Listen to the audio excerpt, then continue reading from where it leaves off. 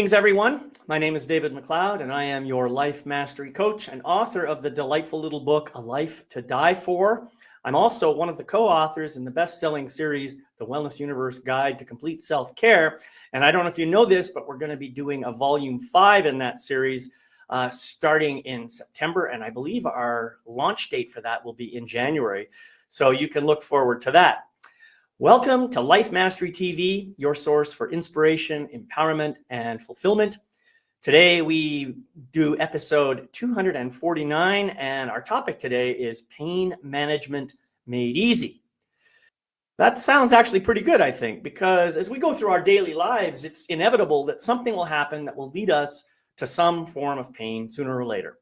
For some of us, that pain can actually become a chronic condition that can be difficult to manage. Here's a few statistics that I want to read to you, so please just listen.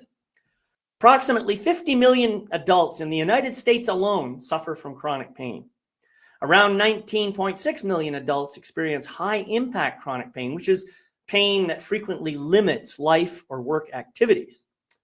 Lower back pain is the most common type of pain, affecting about 31 million people at any given time. And more than 38 million people in the US suffer from migraines. Now that's a pretty staggering amount. That's like 10% of the population. Arthritis affects over 54 million adults in the United States, with osteoarthritis being the most common form. And then we have this other thing called neuropathy, which affects about 20 million people in the US. And it's primarily due to diabetes, but it can be from other factors as well. And then finally, we have cancer, which is sadly one of the most common things in the world. And cancer pain is experienced by a significant portion of approximately 1.9 million new cancer cases diagnosed each year. About 35 to 50% of patients undergoing cancer treatments experience pain, and 79 to 90% of those with advanced cancer suffer extreme pain. So pain is a big deal. And it's a serious problem all over the world. But obviously these statistics are primarily from the United States. So they're from reputable sources like Centers for Disease Control and Prevention, American Chiropractic Association, Arthritis Foundation, and American Cancer Society. So all of these sources tend to highlight the widespread impact of different types of pain on the American population and population at large, and underscore the importance of accessible and effective pain management solutions. Well, for today's episode of Life Mastery TV, I'm delighted to be joined by a very special guest, Kerryn van der Merwe, who brings a wealth of knowledge and personal experience to the table. Kerryn's journey into pain management began with a major challenge, hip surgery at a young age, followed by 5 years of chronic pain. Through simple yet effective practices, she not only managed her pain, but ultimately healed to lead an active and pain-free life. And today, she's going to share some of that information with us. So please welcome Kerryn to the program.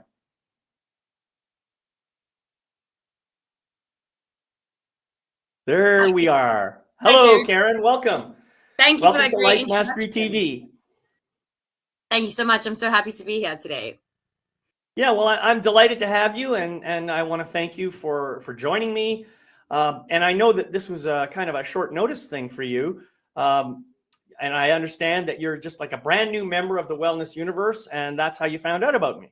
Yeah, I've recently jumped on. I was lucky enough to meet Anna in London.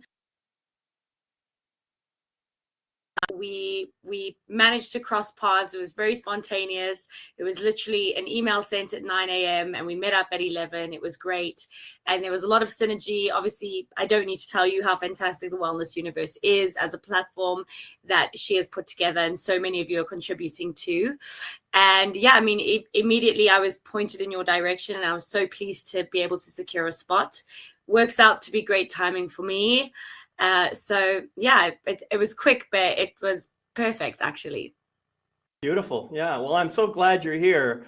And so I'm really fascinated by your story, the idea of being required or suggested to you that you might have to go through some hip replacement. Tell us a little bit about that, when it happened, and what were the circumstances, and really, what was the impact on your life?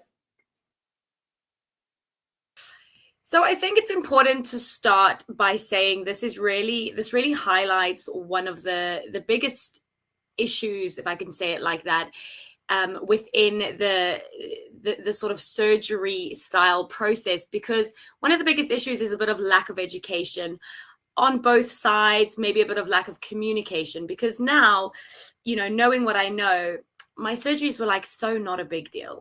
You know, like they seemed like a big deal, and there was a lot of almost like it's easier to just scare you into doing nothing than to actually give you solutions. But now, working with the professionals that I work with now, and you know, people are having hip scopes and they're jumping up and they're fine afterwards, and it's a totally different conversation. So at the time I was 13 years old, I'd been struggling with some hip pain, like a little bit of a weird clicking sound.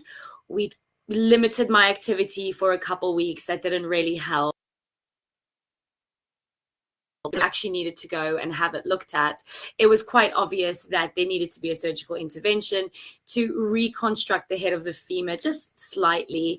And essentially, it was only really a big deal because of my age. So because of my age, there was a chance that they wouldn't be able to repair the damage because the bone wasn't fully formed. And if they operate on non-fully formed bone and they make a mistake, it then stunts your growth. So, you know, thankfully I had a very cautious surgeon who was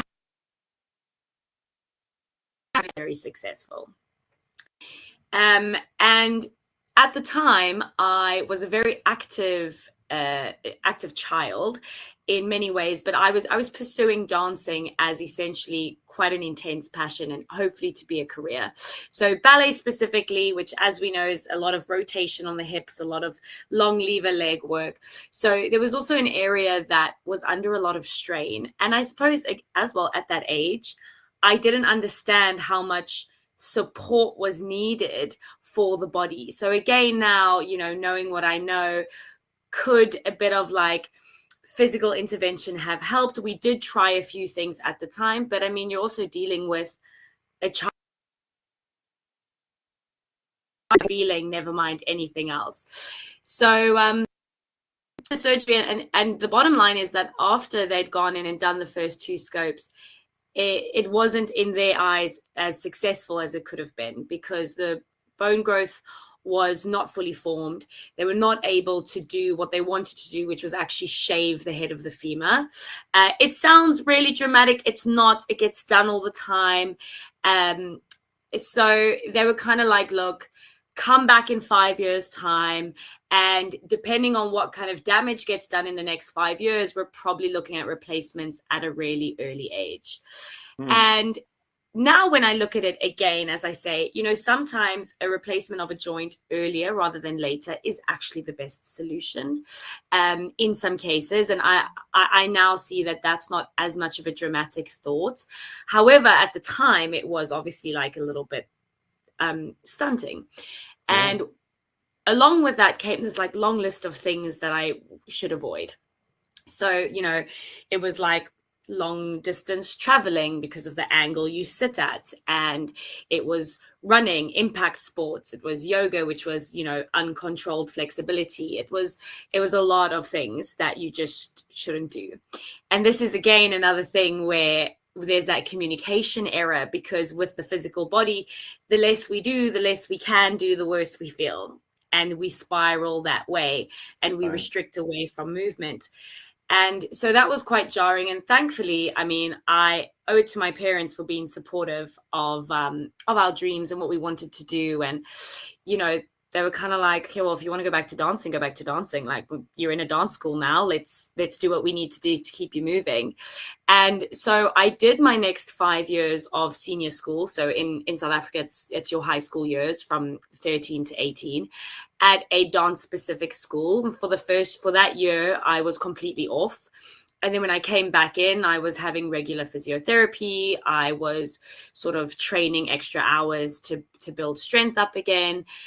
And I mean, I danced, but I did so with repeat injuries and constant physio. Like, there was just no really getting away from the fact that everything around my hips was essentially too weak. You know, there was not the correct conditioning. There was not the correct alignment going on. There wasn't that understanding yet. And the body is also very clever. It guards. You know, when something is wrong, the body is designed to guard against it. And pain is so much deeper than just your tissue. It's your neural pathways. We eventually believe in habits that aren't really there to keep us safe. So there's all these different layers going on, which 10 years later, I really understand. And obviously in it, I was just like, can I just get through like 2 weeks of rehearsals without having to go to the physio and have my hips needled, kind of a thing. So I kind of dealt with that. But I mean, I think it was very clear that I wasn't necessarily going back to the surgeon. Like I think it was kind of unspoken at that point. And it just wasn't, I never really reconsidered it, to be honest. I just kind of thought, I'm doing what I need to do. I'm able enough, and that's it. I can't really be bothered to put myself through that again. And I was then really lucky to meet a woman.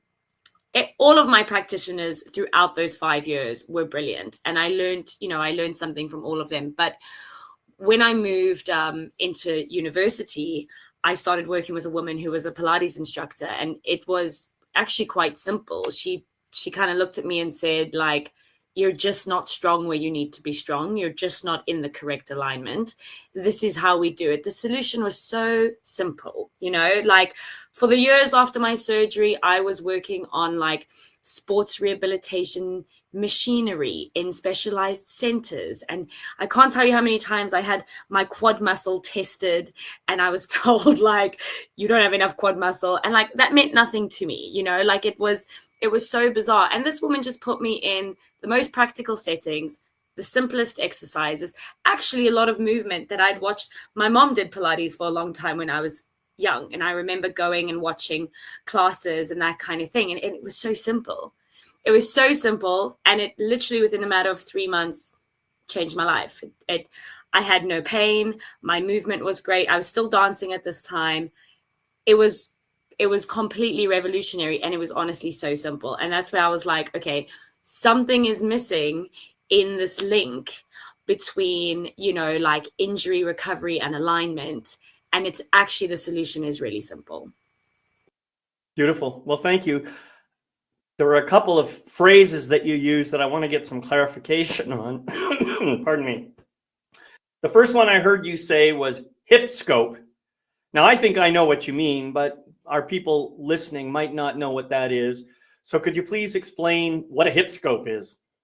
Sure. So scope essentially is just the shortened version of arthroscopies. Yeah, I can't say the word. That's why I say scope.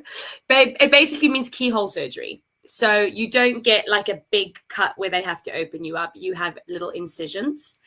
And this is often done on most of the joints. They're able to operate like this. It's very common around the knee, the hip, the shoulder. And it just means you've got usually 3 incisions, sometimes only 2. And you've got like micro tools that go in through the 1 incision, water to flush out, and then a camera in the 3rd.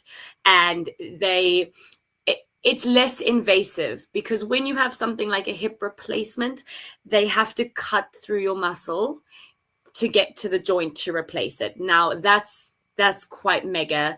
You're dealing with then a lot of repair that has to happen after that.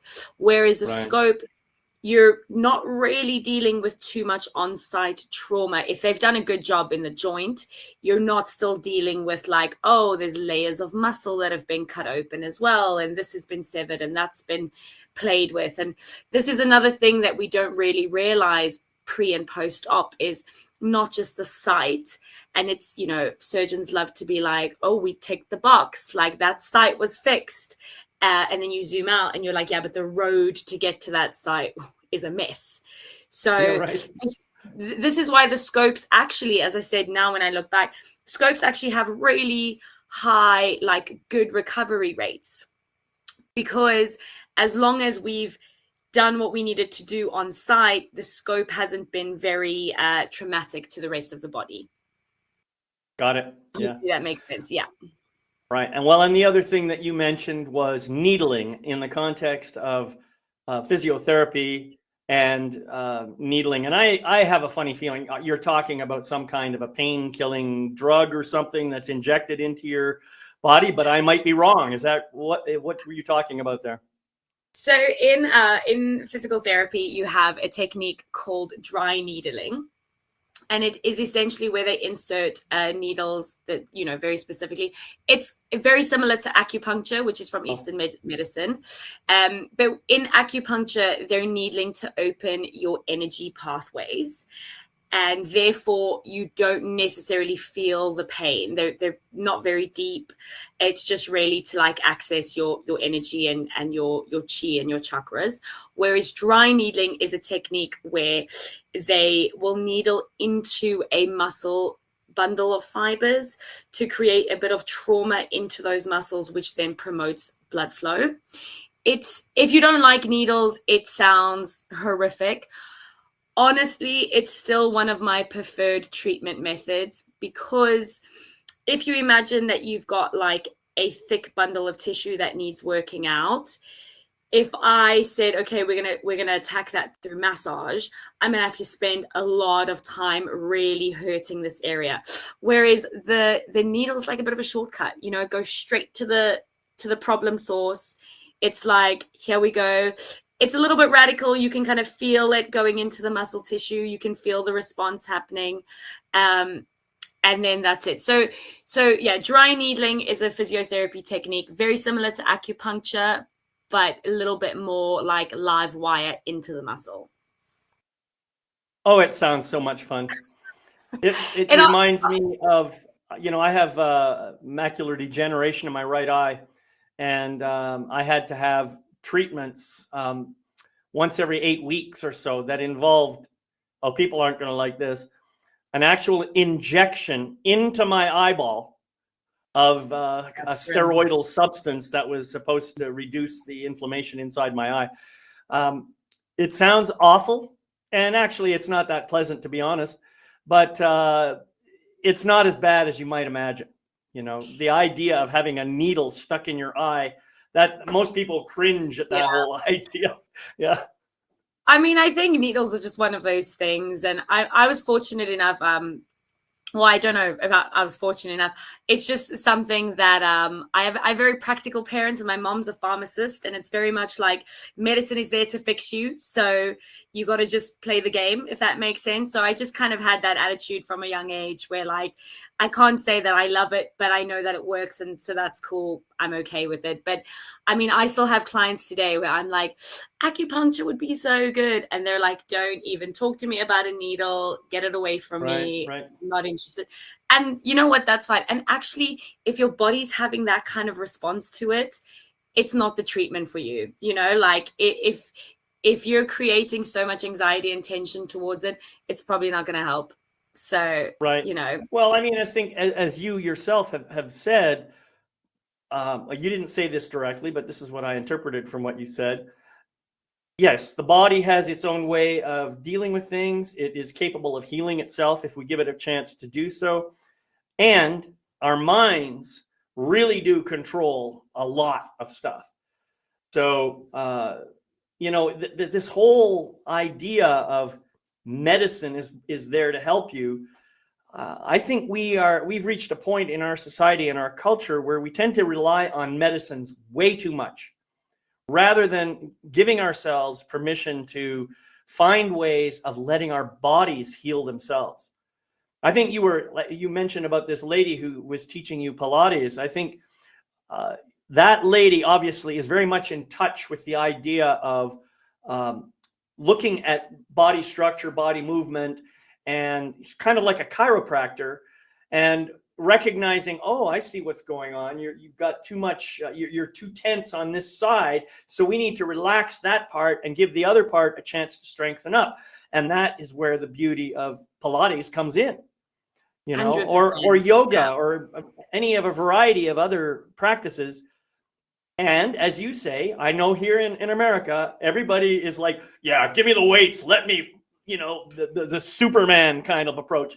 Yeah, that doesn't always work. You know, you have to strengthen the body, but also you have to give the body a chance to stretch out the muscles and just kind of elongate again after going through all that heavy work that they've been doing. Definitely. I mean, I think to touch on your point of being reliant on medicine, so I definitely think that this stems back to that kind of communication, lack of education. And as we know, you know, the sort of like pharma giants and everything, everyone's capitalizing on the fact that you think you need that support. You know, you think that and don't get me wrong, I am pro medicine. I think that there is a time and a place for medication. Some very clever people have created some very clever medicines to help us in this life. However, yeah, like, you know, why would they tell me that, for lack of a better example, why would they tell me that 50 squats a day would fix my hips if they can rather sell me painkillers, expensive treatments in fancy gyms, you know, all the rest of these things? And that's unfortunately, you know, I think there's more and more people going against that in the industry. But unfortunately, that is, you know, how a lot of it is positioned. And so we don't educate people. We don't educate people in the power of just learning how to breathe through your nose instead of breathing through your mouth, because that's free. Exactly. That's free. You can practice that by yourself. I can't monetize that. So there is definitely this disconnect, and it's definitely changing. It's on the way, because we're starting to realize that the body is just, it requires a little bit more respect.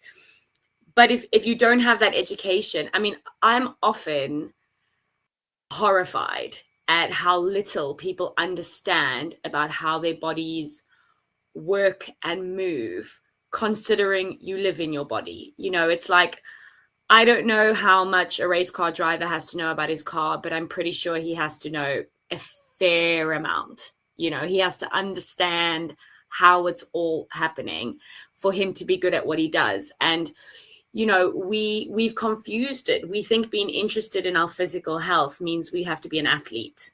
We don't need to be an athlete, but you do need to understand, as you said, muscles need to be able to contract and expand. They actually need to be soft at a resting state, not tense. What happens when they're tense for too long? What happens when one side of the body is shortening constantly and the other side is lengthening? What does that mean? And the moment you start to understand that, you have the power. And this is, again, where that education block is, because if I educate you on that, you actually never need another practitioner. I mean, in some cases you obviously do, but, you know, once you understand that the basics can get you there, I can't trick you into like buying my products anymore. So there you go. Well, you know, you said a lot there. I think that, first of all, let's be honest. The pharmaceutical industry is more interested in keeping you sick than in making you healthy.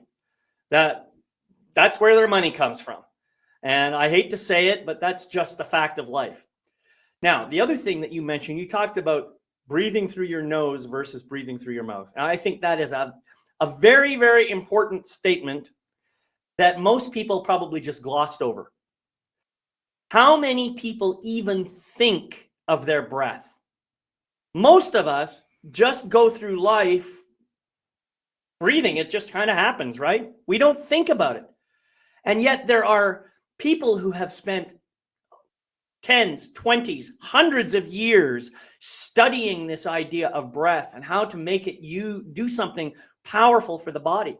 And I remember reading a book called Breathe. Now, I can't remember the name of the author off the top of my head, but it's an excellent book. And it talks about this very subject.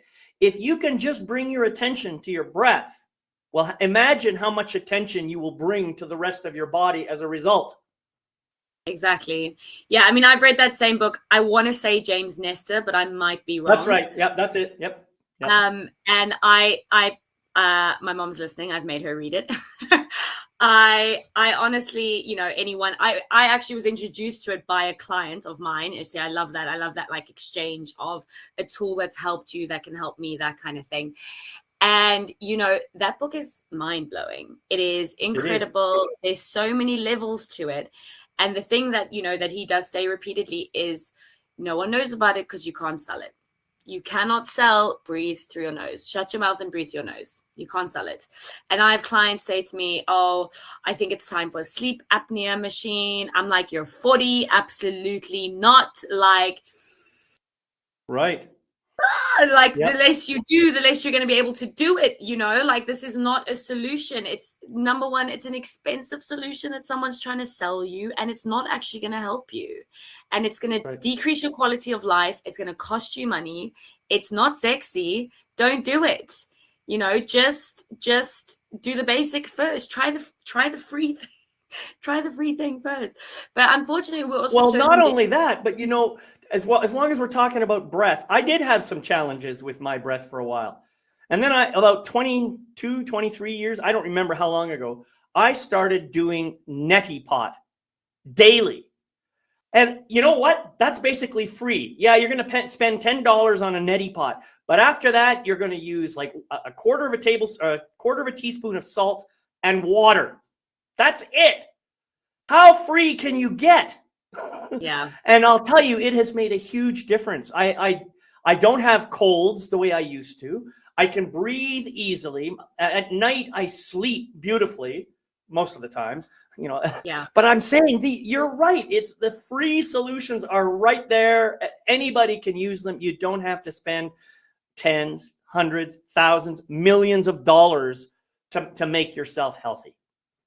And this is exactly where my approach on physical wellness is at the moment, is I'm trying to go, it's actually simpler than you think. It's 4 basic movements every day. It's understanding, you know, and the body actually is very simple. We have literally about 4 movements that the body can do. Your muscles work the same, just in different directions.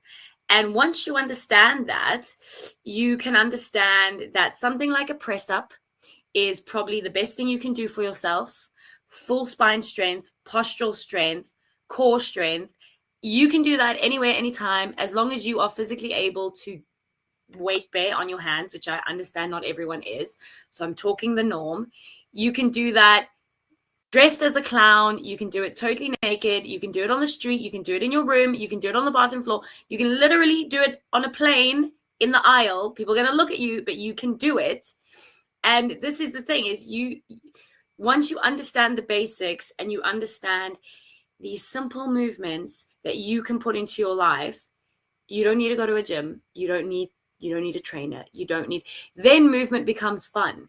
Then you're like, I think I want to take up running for the social aspect. Off you go.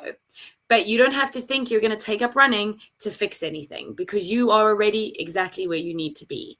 And this is why, you know, the fitness industry misses so many people, because the fitness industry sells this big aesthetic, this big dream, like you only deserve physical wellness if you're chasing something they're trying to sell. So I'm now only going to become physical well because I'm going to do some massive challenge to get a 6-pack. You want to get a 6-pack, go get a 6-pack. That's fine. You don't need to have a 6-pack or have chronic back pain. There's a middle ground. You can be a regular person who's not worried about their aesthetic, who only wants to spend 10 minutes a day on their body and not have lower back pain. You deserve to not have lower back pain. You just need to understand how to do it. And it doesn't need to cost you an arm and leg. It doesn't have to cost you time or capacity. It doesn't have to be this dedicational, you know, thing. It's just compounding. It's just little bits that compound every day. And unfortunately, we've been really exclusive to a lot of people, or we've excluded a lot of people. We've gone like, physical wellness is for the fit, you know, it's for the fit, it's for the athletes, it's for the people who are chasing this ideal of their bodies. It's really like saying saving money or investing is for the wealthy. It doesn't matter if you're saving $1 a month. That $1 a month is going to compound, and you deserve to save it for yourself. You don't just start saving when you can save 10 grand a month. It's not necessary. You start where you are, and it will compound. But people are not empowered. They're not educated. And to be honest with you, I want nothing to do with the fitness industry. And I'm young and fit and in the fitness industry. And I'm like, ugh. So So if you're in Right. pain and you're fatigued from your pain and you're struggling and you've got real I've also got no responsibilities. Like I've got a few, but they're not real. I don't have a family. I don't have, I don't have a younger family. I have a family, of course, but I'm not under serious stress. You put people under serious stress, and then you're like, also, by the way, have you gone to the gym and stared at yourself for 45 minutes today? No. Oh, well, that's why you're in pain. Bye. No, it's not real. It's not real Okay, life. wait. Now you've told us like 5 minutes ago, there's only 4 movements that you need to do. There is. And Yeah. you hinted at one of them, a press up, which I assume is the same as what we call a push up here in the Push up. US. Yeah. Yeah. All right. Same thing. Okay. So what are the other 3 movements? Okay. So, Squat, I would bet is one of them. Squat is 100%. So you've got your push up, you've got your squat. You need to be practicing your hinge movements. So that is like, think of a deadlift, but without any weight. I mean, you can do it with weight, but essentially you just need to be able to safely hinge your spine and recover. And this is where a lot of back pain comes in because we sit, and when we sit, we actually sit on, if we had tails, I don't know if we ever had tails, but if we had tails, we would be sitting on our tail instead of on our sit bones because of how we sit. We sit with a slouched spine. And This is what causes quite a lot of issue because our spine is then in a curve that it shouldn't be in. Right. So the moment you sit up and you sit like on your sit bone, your tail is now free and your spine is straight. So it's being able to move in that straight spine range is really important. Yes, it's important to start loading it eventually so that you're strong. But I mean, even just the motion of being able to hinge your pelvis over your femurs is so important. And so many of us can no longer do it. So many of us are literally so conditioned from being seated that we no longer have that range of motion. Right. And then that just causes like tons of complications. Okay, so what have I done? So you've got your press up, you've got your squat, you've got your hinge, and then any form of pull. So a pull-up, ideally. Now, a pull-up is out of reach. For me, I can't do a pull-up. Okay, I'm not going to lie. I will not say that I am doing pull-ups.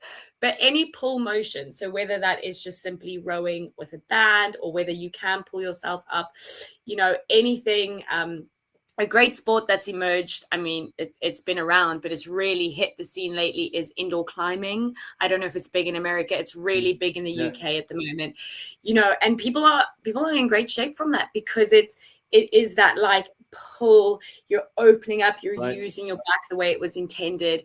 We used to be able to climb things. We used to have to climb things. We used to be reaching above our heads a lot, and we don't do that anymore. We need to be able to do that. We're designed to do that.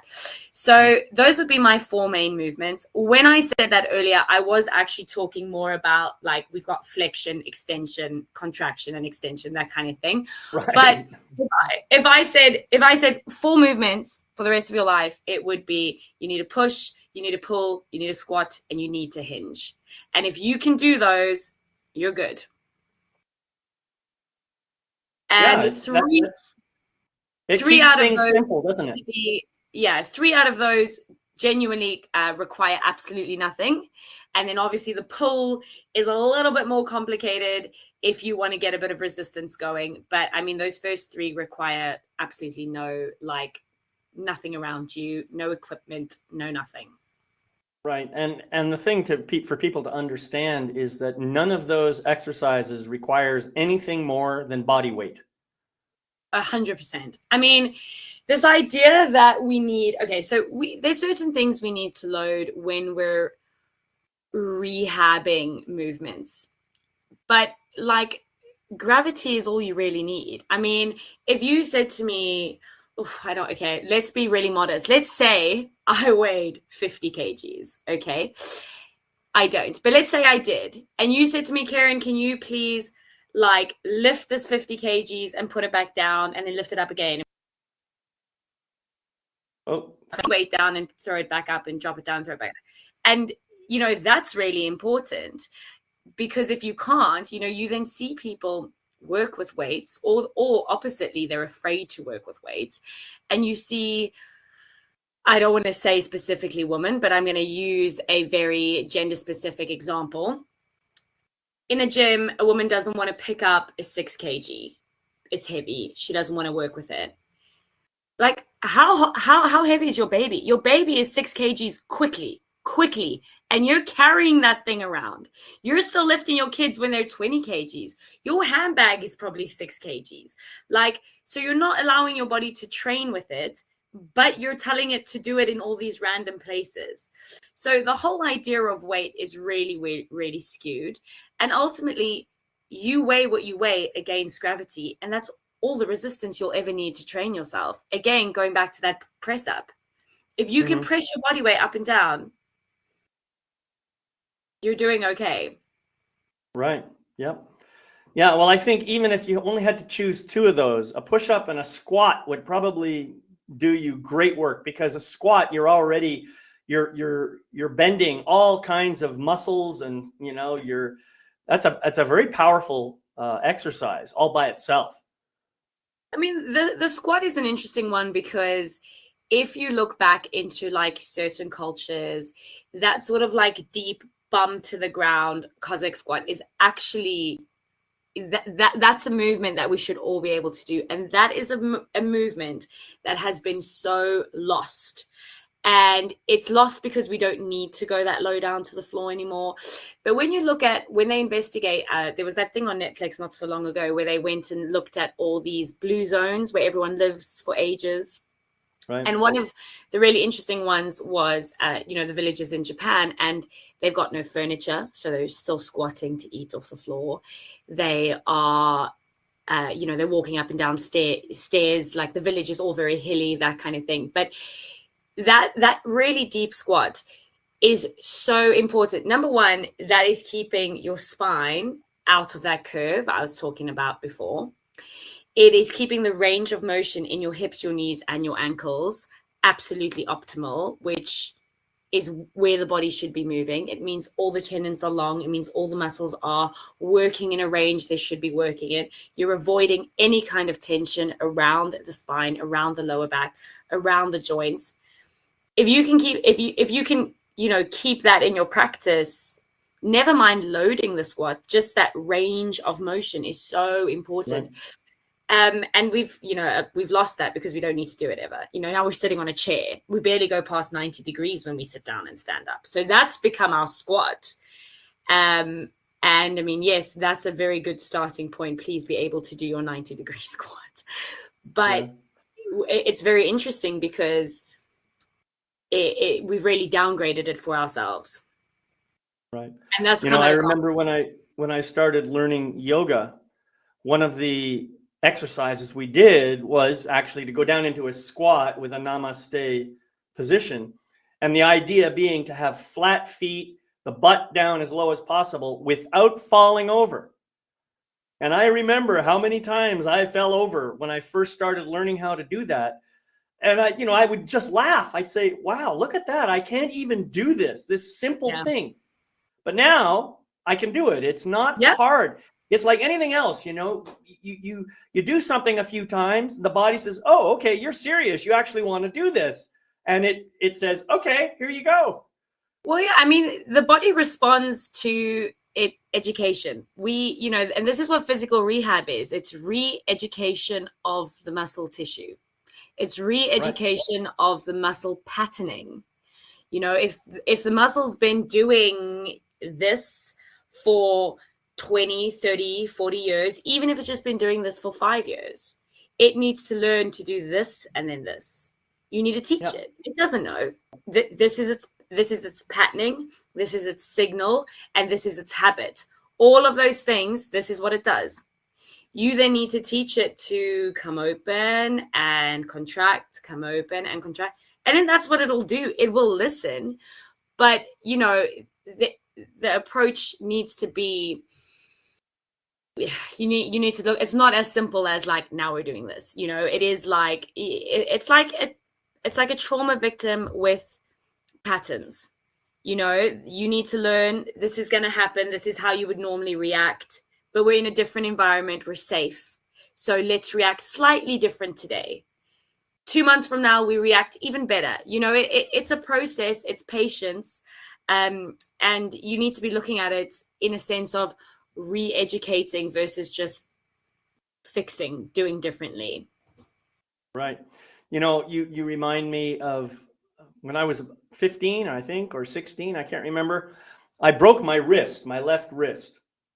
And they had to actually rearrange my bones. And I was in a cast that extended from my upper arm all the way down to my hand. And my arm was locked in this position where the elbow was bent at 90 degrees and the wrist was bent. I don't know if you can see, it was bent kind of down like that. Mm. So I was in that position for, I don't know, 6 or 8 weeks. And I remember the day they took my cast off, just trying to open that arm again. It was only 6 or 8 weeks. And I mean, it was painful, not in a like, oh, I'm being tortured kind of thing, but it was painful because my body said, hey, wait a minute, I'm not used to that. Give me a chance. Give me a chance. And not only that, but the wrist was the same. That tiny little movement was so hard at first. Yeah. So I think people need to understand that, if you haven't been doing something and you decide to try to do something new, like maybe squatting is something brand new to you, it might feel very uncomfortable and maybe even painful at first. Yeah. Well, obviously you don't want to put yourself in pain, but at the same time, you got to maybe push beyond the comfort zone to get to that place where you can start doing the exercise.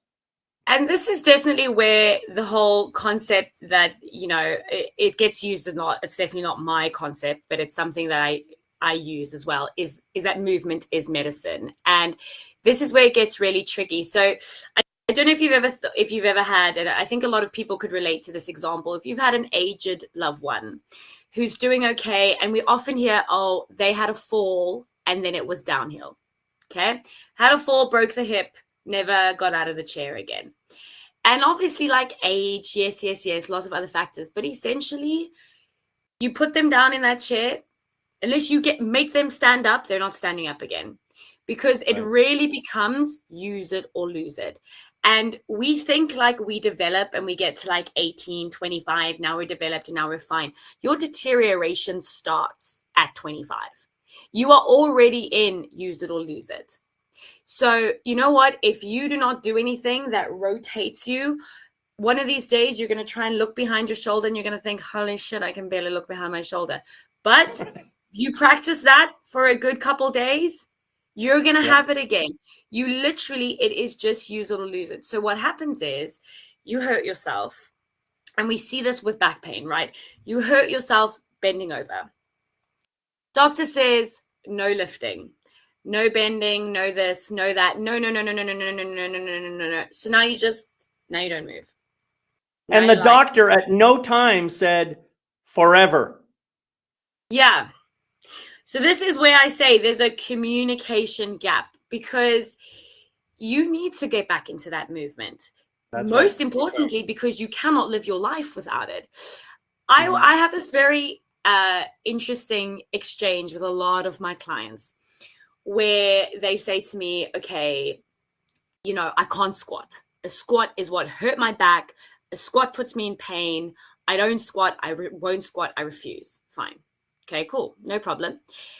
And then, you're like, so do you have a couch in your house? Do you sit down? Do you stand up? Do you have a chair? Like, do you sit down? Do you stand up? Show me this movement. Sit in your chair, stand up. Do you go to the toilet? Like, do you do something totally different in the loo to any of us? Or are you sitting down, standing up? Okay, so actually you're squatting throughout the day. But the squat, the thing that hurt you, sticks in your head. And this is where I say we only really have the same pattern, the same movements, a very, very few amounts of movements. So the squat where you injured yourself sticks in your head and you refuse to train that and you refuse to do that movement, but you actually are doing that movement throughout the day. So one of two things is happening. You're doing that movement badly because it's not conditioned. You refuse to condition it. You refuse to practice it. So you're doing it badly. So there's bad patterning, there's guarding involved, and that's causing injury. Or you are actually just so fixated in this thing that once caused you pain that you have a mental block against it.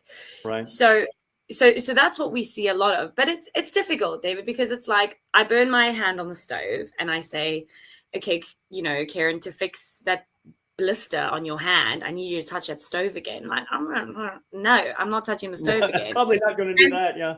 That's literally what the body does. And you know that feeling, that recoil you get, that sticks in your tissue, and that memory is so loud. And it's not like, oh my gosh, I'm refusing to do it. It's literally patterning. It's patterning that you can't even access. That's going, no. And essentially you then, you know, you take their hand and you move them through different exercises and you basically trick the body. You trick the body, and then you're like, hey, look, you're touching that stove. You know, you thought you were touching the water, but I pull the lily pad away and you're actually on the stove. It's the same thing. You just haven't realized. And that's what we end up having to do with chronic pain patients when it's so in the tissue, it's so in the memory, it's so in the muscle memory. And this is no one's fault. This is how our bodies are designed. I mean, this was to stop us from, you know, like walking into fire and doing things that hurt us. It's instinct. But because we're so numb to the rest of our instinct, we don't always see it like that. You know, we're not in touch with it anymore. You know, there's another side to this too. And as you were speaking, I was thinking about this. I'm sure that there are people who are listening to this who have had car accidents or some kind of a jarring, traumatic experience that may have resulted in some kind of an injury to your body. Now, I think of a car accident specifically because things happen so fast and you're probably doing something to react to the situation, but you put yourself into a body position that could result in damage to the body. And then after you come out of that car accident, you start to recover, you know, you may have, like, maybe you broke a bone or something. And so you have this memory of all of that trauma, the tension in the body that developed as a result of that trauma. And so you have to practice not only opening up the body, but also relaxing the mind. You need to train your mind to tell your body to relax. But one of the best exercises I have ever learned, it's not a physical exercise. It's a meditation exercise where I sit and I just find a comfortable position to sit in, and I just close my eyes and I start scanning from my head all the way down, and I notice, where do I feel tension in my body? Just notice. It's not a judgment, it's just noticing. And when I get to a place that feels tense, I just look at it and I say, okay, what's going on there? Is there something you want me to know? Is there a message you have for me? And just doing that helps that muscle or whatever it is to relax. I can go through my entire body like that. And if I do this on a repeated basis, then over the course of time, I just physically become more relaxed. And if I'm more relaxed, then it's easier now for me to do physical activity. Yeah.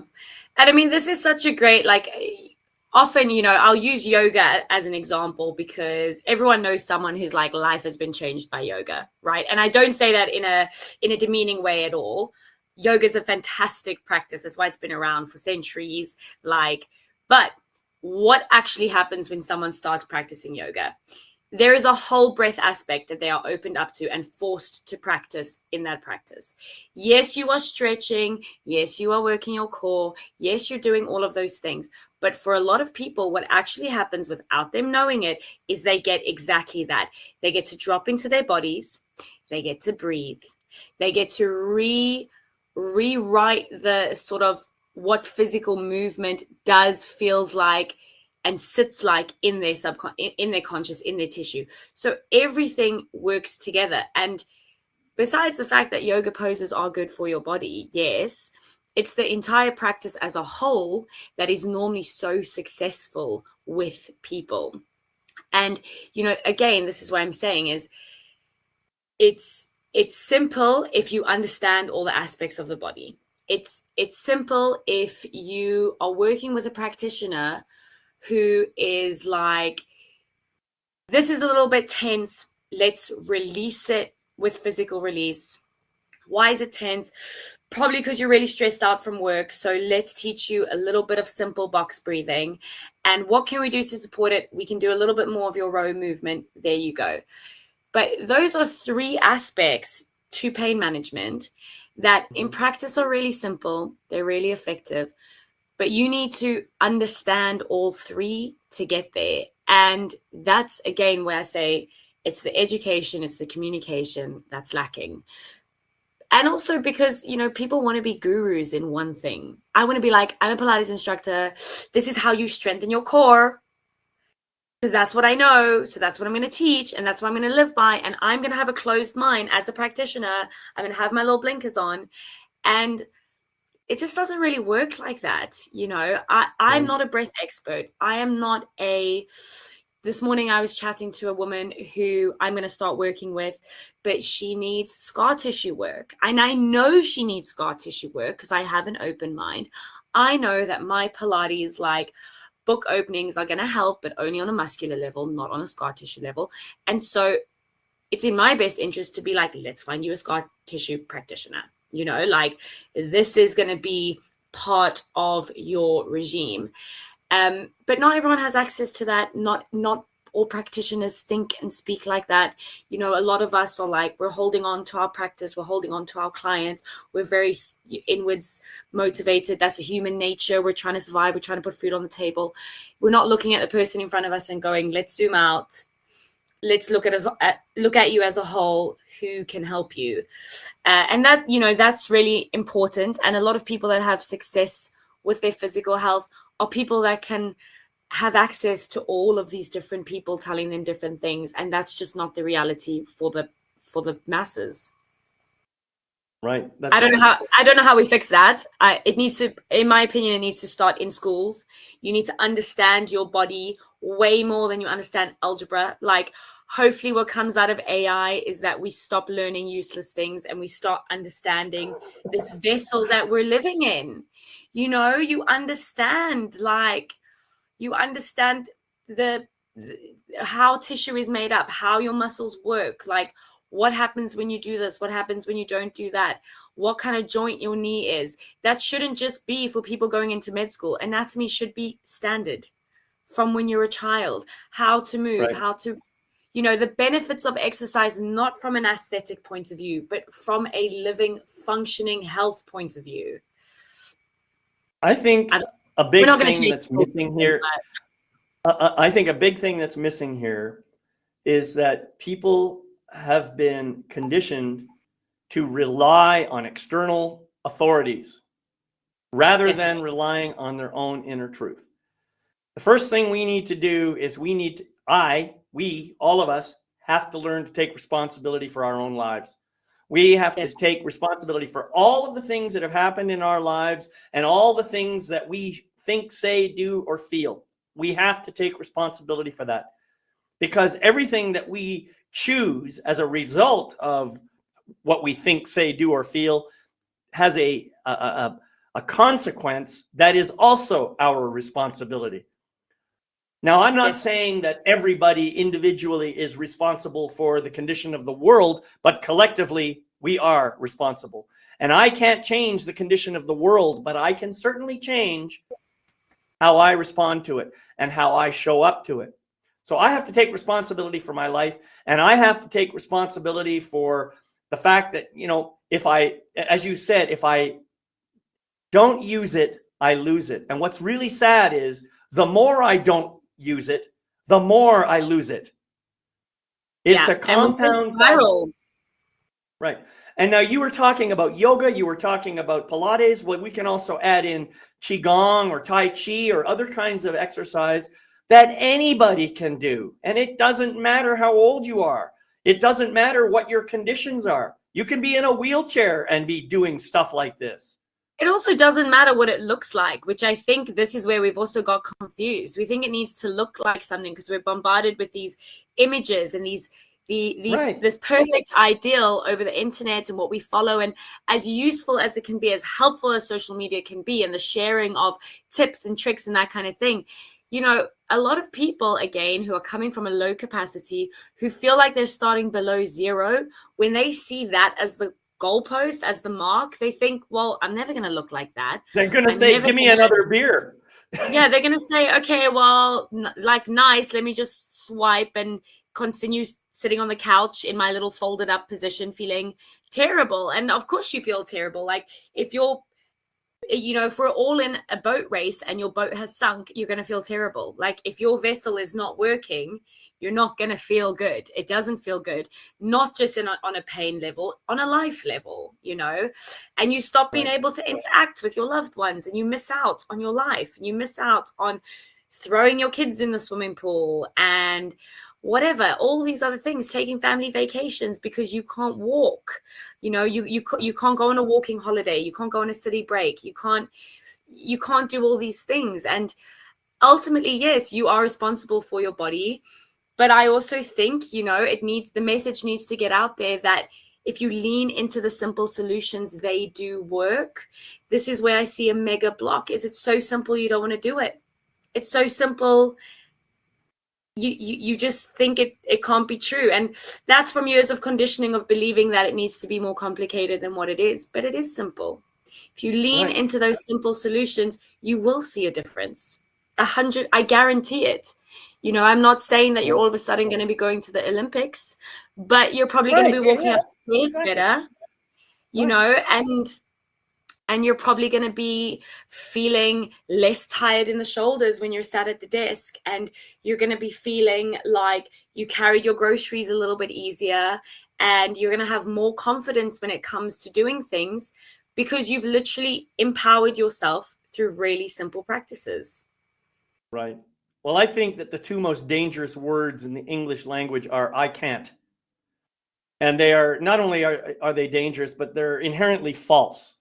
The truth of the matter is, when I say I can't, there's one of two possible meanings there. The first is I don't want to. Okay, fine. Be honest about it and say I don't want to. And the other possibility is I don't know how. Fine. Be honest about that too and say I don't know how and I want to. Yeah. Stop saying I can't. Start owning your own truth. Start owning and taking responsibility for your own life.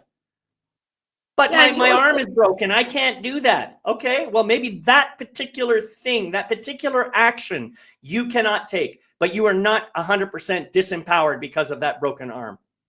Definitely. And you know, I think I shouldn't probably falls in there as well, you know, from a lot of sort of, you shouldn't be doing this, you shouldn't be doing that. It's so easy. It's easier for me to say, you just shouldn't do that, versus if you do that, I need you to think about these three things, and I like, let me show you how to do it, and that kind of thing.